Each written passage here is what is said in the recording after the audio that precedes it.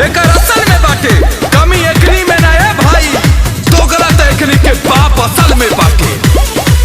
भैया आप सभी दुकानदारों से मेरा दोनों हाथ जोड़कर विनती है, आप सभी चाइनीज सामानों का बहिष्कार करें। हम लोगों ने सोचा था अपने घर का भाई, वो आस्तीन का सांप है निकला, बन गया है कसाई, बन गया है कसाई। हम लोगों ने सोचा था अपने घर का भाई, वो आस्तीन का सांप है निकला, बन गया है कसाई। उसको देख के जख्म तभी मानेंगे हम, सॉरी सॉरी वो तो बार बार कहेगा। वीगो ऐप डिलीट करो, हेलो ऐप डिलीट करो।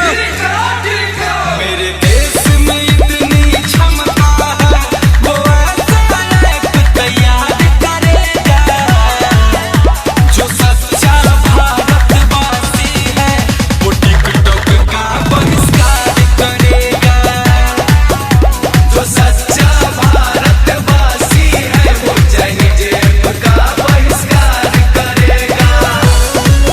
अब लागत बर्दाश्त ना होई, अब केहू पे आस ना होई, कबो ना भुलाए वाला घात का दल रे, अब तो चाइनीज सामान के बहिष्कार कर ही के होई। वंदे मातरम।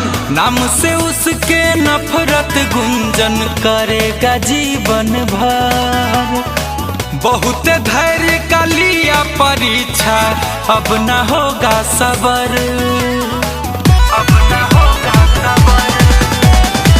नाम से उसके नफरत अखिलेश होगा जीवन भर, बहुत धैर्य का लिया परीक्षा, अब न होगा सबर।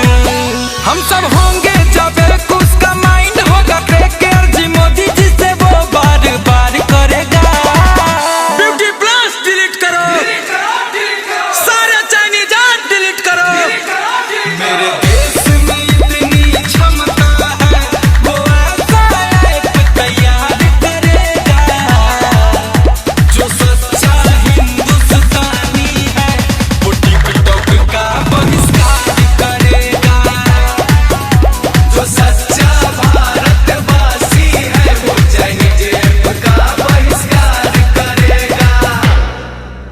मेरे प्यारे दोस्तों, मैं गुंजन सिंह आप लोगों से कहना चाहता हूं कि आप लोग सारे चाइनीज सामानों का बहिष्कार करें। आप लोगों ने हाल ही में देखा हमारे 20 जवान शहीद हुए इन्हीं चीनी के रचे हुए षड्यंत्रों के द्वारा। तो आइए हम और आप मिलके चीन के सभी ऐपों का बहिष्कार करें। जय हिंद, जय भारत।